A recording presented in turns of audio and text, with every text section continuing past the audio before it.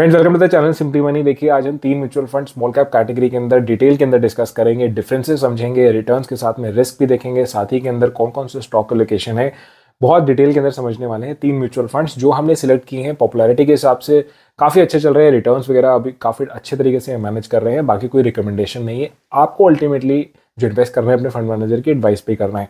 देखिए, small cap एक काफ़ी अच्छी कैटेगरी है, एटलीस्ट 5 to 7 ईयर्स से भी ज़्यादा का आपको हराइजन है, तो डेफिनेटली इसको रखिए।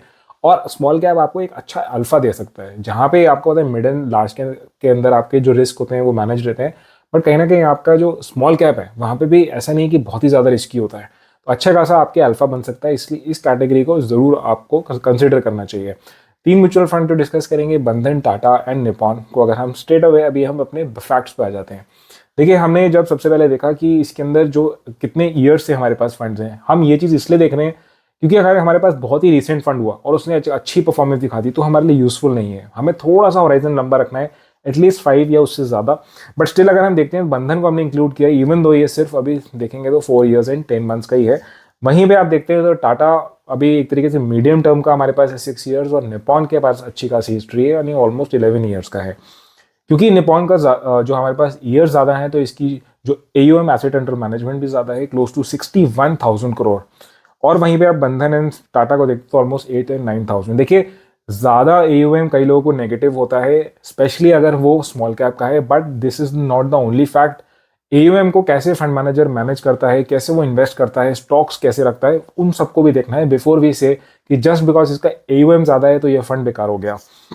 स्टॉक्स अगर देखें, नंबर ऑफ स्टॉक्स, तो देखेंगे बंधन के अंदर 177, टाटा में 52 एंड हमारे पास निपॉन के अंदर 221। देखिए, अब निपॉन का क्योंकि AUM ज़्यादा है तो उसने कहीं ना कहीं नंबर ऑफ स्टॉक्स भी ज़्यादा रखे हैं, क्योंकि अब एक तरीके से आप समझ सकते हैं कि जो निपॉन है वो तो एक तरीके का पूरा इंडेक्स ही है। क्योंकि स्मॉल में आपको पता है स्मॉल कैप के अंदर 250 कंपनीज होती हैं मार्केट कैप के हिसाब से, तो इसने 221, जिसके अंदर मिड एंड लार्ज की भी कुछ कंपनीज होंगी, बट इसने पोर्टफोलियो के अंदर नंबर ऑफ स्टॉक्स ही बहुत ज़्यादा रख दिए, तो बहुत डाइवर्सिफिकेशन ज़्यादा हो गई।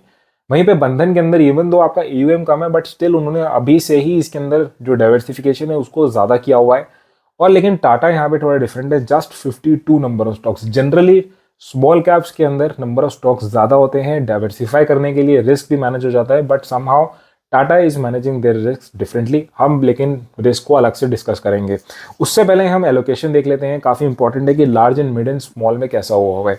देखिए, बंधन ऑलमोस्ट ऑफकोर्स 72 यहाँ पे स्मॉल कैप है, एंड मिड एंड लार्ज के अंदर काफ़ी ज़्यादा नहीं है, ऑलमोस्ट 15% है। टाटा में बिल्कुल भी लार्ज कैप नहीं है, आपका almost 82% small cap. And Nippon के अंदर आप देखेंगे, क्योंकि यहाँ पे देखिए इस तरीके से भी मैनेज हुआ है लार्ज AUM साइज। फर्स्ट उन्होंने सबसे पहले सिर्फ 221 नंबर ऑफ स्टॉक्स रखे हैं, साथ ही में लार्ज एंड मिड कैप के अंदर भी ऑलमोस्ट 25% एलोकेशन है, एंड स्मॉल कैप है 68%। तो ये हो गए हमारे बेसिक फैक्ट्स। अब हम आगे चलते हैं, देखते हैं जो हम बेसिक्स रिस्क पैरामीटर्स डिस्कस करते हैं। देखिए, standard deviation, alpha, beta and ratios. Standard deviation की वैल्यू जो होती है वो कम होनी चाहिए, क्योंकि यहाँ पे हम बेंचमार्क को कंपेयर करते हैं कि वो स्टैंडर्ड डेविएशन कितना डेविएट कर रहा है हमारे बेंचमार्क से। मार्जिनली अगर आप देखेंगे टाटा स्मॉल कैप बेटर है यहाँ पे, alpha should be more and beta should be less, तो यहाँ पे again Tata is better. Sharp and Sortino ratio जो होते हैं उसकी वैल्यू भी ज़्यादा होनी चाहिए, क्योंकि ये दोनों रेशोज का मतलब होता है returns bye risk.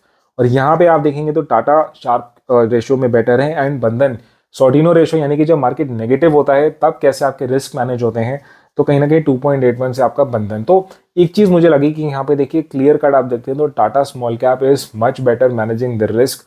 Even though हम जैसे देख रहे हैं कि निपॉन इंडिया के अंदर लार्ज कैप्स का लोकेशन था, नंबर ऑफ स्टॉक्स ज़्यादा थे, टाटा में नंबर ऑफ स्टॉक्स भी कम है, लार्ज कैप के लोकेशन भी नहीं है, स्टिल एटलीस्ट यहाँ पे आपके रिस्क पैरामीटर्स बेटर मैनेज हो रहे हैं। आगे चल के देखिए स्टॉक्स देखते हैं।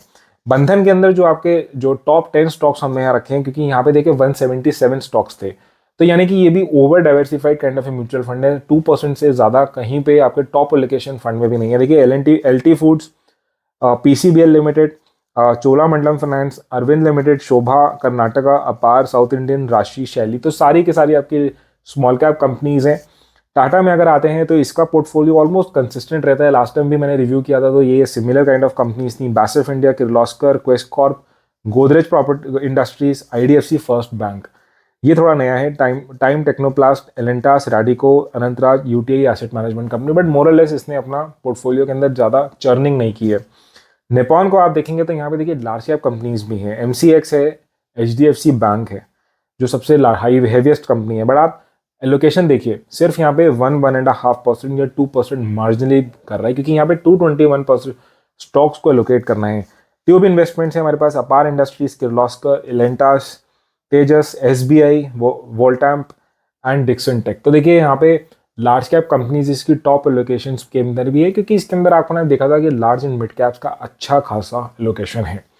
आगे बढ़ के चल के देखते हैं हम, देखिए रिटर्न्स पे आते हैं।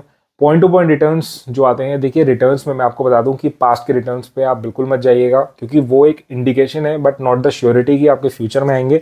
स्टिल हमने short term 6 month, 1 year and 3 year और 5 ईयर्स के जब रिटर्न्स देखे, तो आपके 1 ईयर में देखिए आपके रिटर्न्स जो आ रहे हैं वो बंधन में बेटर आ रहे हैं। 3 ईयर्स के अंदर भी आपका मार्जिनली बंधन जो है बेटर स्कोर कर रहा है, इवन दो आपके Nippon is marginally. And 5 years के अंदर आप देख सकते हैं तो यहाँ पे निपॉन इंडिया, क्योंकि बंधन का हमारे पास डेटा ही नहीं है। सेम ही चीज़ अगर आप देखते हैं जो ग्राफ के अंदर प्लॉट किया है, तो आपका 1 ईयर के अंदर बंधन के बेटर आ रहे हैं। तो रिसेंटली आप देखेंगे यानी कि बंधन स्मॉल कैप ने काफ़ी अच्छा एलोकेशन किया है, यानी कि रिटर्न्स काफ़ी अच्छे आ रहे हैं। और वहीं पे आपके 5 ईयर्स के होराइजन के अंदर आप देखते हैं तो अगेन बंधन जो अभी हमारे पास 4.5 ईयर्स का डेटा है, बट स्टिल कहीं ना कहीं आपके रिटर्न्स आ रहे हैं। देखिए अगर ओवरऑल पिक्चर बनाए तो तीनों फंड्स अच्छे हैं। अगर आपने एज अ स्मॉल कैप के अंदर इन्वेस्ट अभी तक नहीं किया हुआ है तो आप अपनी किसी भी एक फंड के अंदर इन्वेस्ट कर सकते हैं। मैं आपको एक डिस्क्लेमर देता हूँ कि मैंने ऑलरेडी निपॉन इंडिया के अंदर खुद से इन्वेस्ट किया हुआ है, बट ये कोई सजेशन नहीं है। मैंने जैसे आपको बताया, आप अगर किसी और स्मॉल कैप में इन्वेस्टेड हैं तो ये सिर्फ ये वीडियो देख के ये नहीं कि अपने फंड को छोड़ के यहाँ पे आ जाइए, ये सिर्फ एक रिकमेंडेशन नहीं है, एक तरीके से सिर्फ आपको नॉलेज पर्सपेक्टिव से ही है। और आप अगर ऐसे इन्वेस्टर हैं जिसने अभी तक कुछ और किसी भी फंड के अंदर इन्वेस्ट नहीं किया हुआ है, देखिए मुझे आपको प्रोज एंड कॉन्स बताने हो तो बंधन ने यस काफ़ी अच्छा स्कोर किया हुआ है, लेकिन एक ही नेगेटिव है कि इसका हमारे पास लॉन्ग टर्म का ट्रैक रिकॉर्ड नहीं है। हम सिर्फ ये फंड हमारे पास 5 ईयर्स भी पूरी तरीके से कंप्लीट नहीं हुआ है। टाटा ने यस रिस्क मैनेज हो रहे हैं, टाटा के साथ में डेफिनेटली जाता है, लेकिन यहाँ पे एक नेगेटिव बस थोड़ा सा मुझे दिख रहा है कि ये भी फंड मीडियम टर्म में है 6 ईयर्स का, लेकिन लॉन्ग टर्म का हमारे पास चार्ट नहीं है। अगर आप एक कंजर्वेटिव इन्वेस्टर है, ठीक ठाक है, तो आप निपॉन के साथ जा सकते हैं। थोड़ा सा रिस्क लेना है, जस्ट बिकॉज रिस्क मैं इसलिए बोल रहा हूँ क्योंकि इनके पास आपके पास ड्यूरेशन लंबी नहीं है, तो आप मे बी बंधन या टाटा में से कोई सा भी एक फंड देख सकते हैं। बाकी को अगेन जैसे मैं आपको रिकमेंड कर दूँ, this is only and only for the education purpose. अगर आप नीचे मुझे अपने कमेंट बॉक्स के अंदर जरूर बताइए कि कौन सा फंड के अंदर आप इन्वेस्टेड है, और अगर आपको किसी और जो स्टॉक के बारे में या किसी म्यूचुअल फंड के बारे में जानना है उसके नीचे कमेंट बॉक्स में जरूर लिखिएगा। यहाँ तक प्लीज़ अगर आपने वीडियो देखी है तो इस वीडियो को लाइक करिएगा एंड चैनल को सब्सक्राइब करना बिल्कुल भी मत भूलिए। मिलेंगे नेक्स्ट वीडियो के अंदर।